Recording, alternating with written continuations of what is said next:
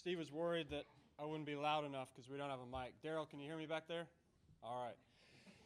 Yes, as Steve mentioned, we've made the transition to the Sun Belt, so we're very excited about that. That's going to be kind of a big target for us this year. But the success we've had the past couple of years has prompted us to create some new standards, some new expectations. So we've gotten into the national tournament the last 2 years with a win on a Sunday in November, winning the conference tournament. If we hadn't won those games, our RPI was going to be a long way off of an at-large bid. So that's a big target for us this year.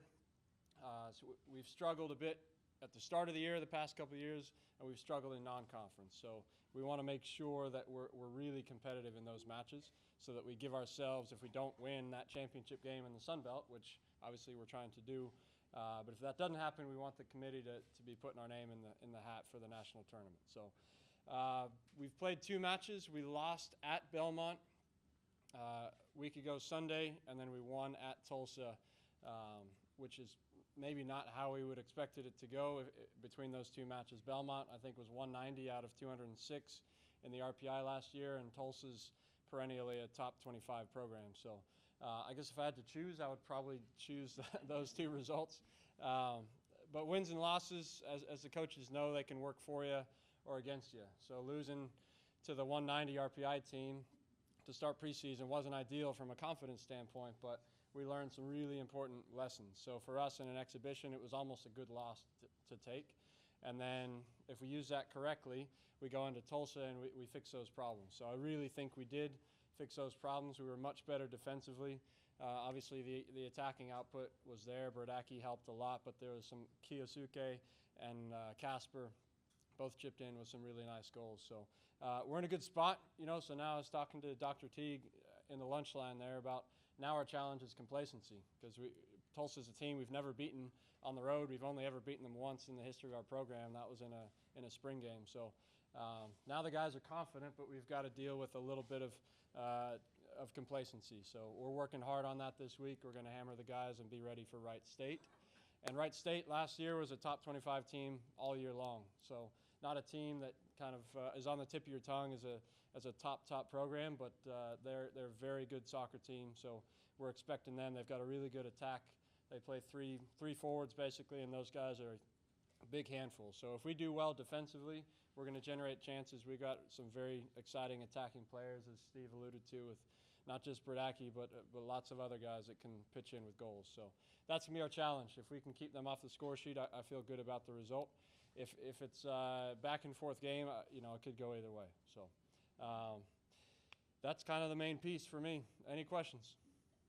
What do you think about the Sun Belt as far as? The Sun Belt's going to be interesting. I think competitively it's pretty similar to the Valley. They've got 1 or 2 teams that could be a marquee team on any given year. Coastal Carolina has always been a very, very strong men's soccer program.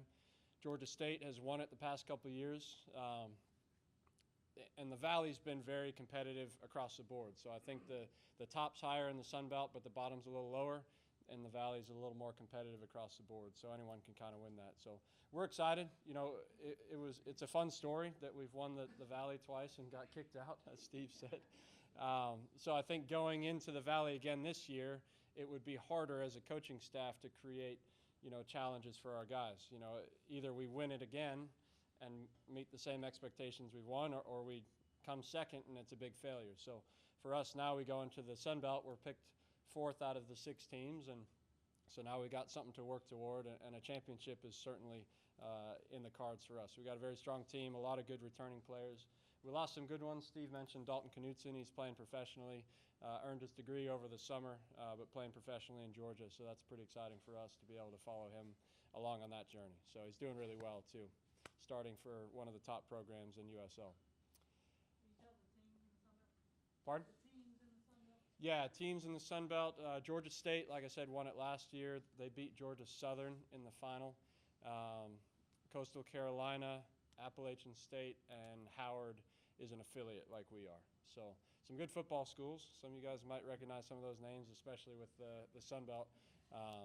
Yeah, they're also good soccer schools. Howard has struggled in the past with their RPI, but they're a strong team. So we can't sleep on any of them. We got them on senior night, the last game of the season. So I think we'll be ready for that one. but our opening Sunbelt games against App State in late September sometime. So, all right. And I think we're in Edwardsville the same time as volleyball, so that might be kind of fun. We can go support them, and they can come support us. Go Bears and Sugar Bears.